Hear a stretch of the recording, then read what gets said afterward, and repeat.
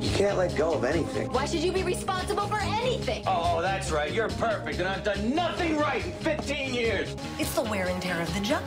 The diapers, the tantrums, the homework, the state capitals. Suddenly all you're aware of is that it's virtually impossible to French kiss a person who takes the new roll of toilet paper and leaves it resting on top of the empty cardboard roll. God forbid he takes the 2 seconds to actually replace it. Does he not see it? Does he not see it?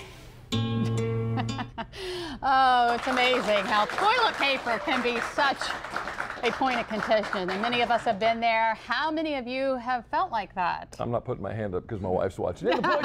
It's the point where you think you're going to lose it because your mate just does not see the things the way you do. What do? Do you keep quiet? Do you storm out? Do you speak up?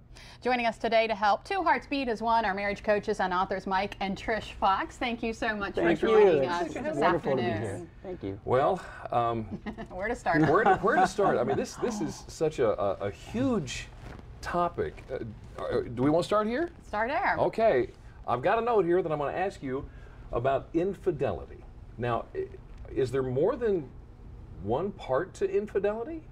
Well, there's infidelity covers a lot of territory. A lot of people don't even realize that you can have infidelity with the online tools that we have today. Okay. Mm-hmm. One of the things that we go through in our book is emotional infidelity, and you know, a lot of topics center around the physical part of it, but if you are already in a state of emotional infidelity, where you are sharing your life, sharing your emotions, sharing your ups and your downs with somebody other than your spouse, mm-hmm. Those are a lot of red flags that pop up, that you're heading in the wrong direction. Mm-hmm. And so, you know, we cover those types of things.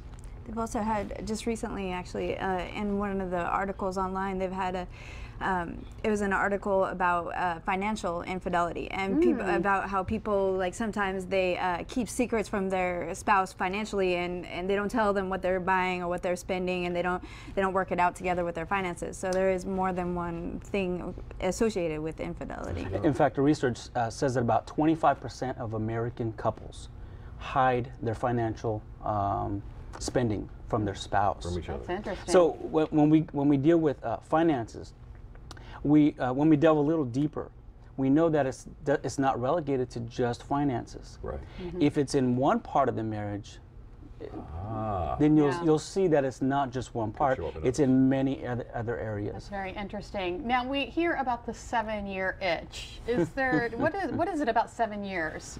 Well, we did a little research on that, and it's kind of interesting because it derives, according to research, it derives from an actual itch. Well, you've heard of scabies as a medical term, right?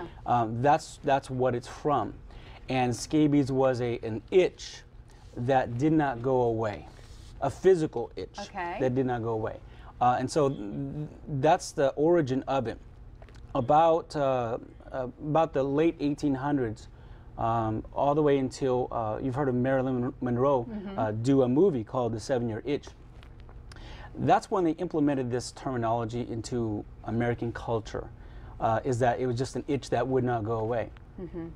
But what we want to encourage is that it's really not a 7-year itch in terms of in marriage. In fact, the recent research says that there is a 3-year glitch as opposed to a 7-year itch. In fact, the U.S. and British research says that most couples between 3 and 5 years instead of 7 years have that downward spiral. Yeah. And so, you know, what we say is, okay, what's the solution? You know, what's the solution to this, you know, 7-year itch for infidelity in marriages? If you're already on a healthy track, then it doesn't matter if it's 3 years, 7 years, 8 years, 9 years. It's just one of many things that you overcome. But if your marriage is already in a crisis mode, then that can coincidentally be the straw that broke the camel's back. So it's really, you know, it is a kind of... That's one thing that we talk about too, is that usually when there is like a problem in a marriage, it doesn't just happen that, that you have a happy, healthy marriage and then the next day you're headed for divorce. Right. It's something that's been building up, and even it was talking in one of the things that we read about how sometimes even the little things that like irritate you, they might have been cute at first, like about your spouse or something, but then after a while it just starts to build up and irritate in you, and then you're just like, oh, I can't stand this anymore, but it's a buildup of things and not. We're running short time, and we really don't want to leave this. What would you consider the signs of a healthy marriage? Closeness. Closeness. When we see couples that they do like to do things together, that's a good sign that they enjoy each other. They've forced themselves to make their partner the important part of their life. When we see marriages that are couples living like they're single, I mean, that's the biggest red flag.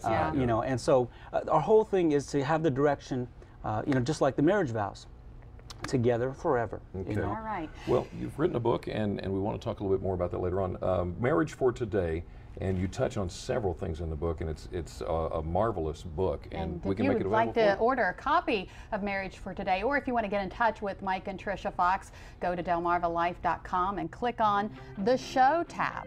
And by the way, again, thank you for coming. Thank you for joining us. Still ahead on DelMarva Life, what's cooking? We head to the kitchen to check in with Chef Patrick Fanning of Cambridge. And Brian's monkeying around at the Salisbury Zoo. Hey guys, I'm making some new friends here at the zoo. You have the owl, who I'm liking. She's nice and calm. And then over here, a snake. My heart is beating. When we come back, we're going to see if I can overcome my fear of snakes. And we'll also tell you why you should bring your kids on down to the zoo on Saturday. You're watching DelMarva Life. We will be right back.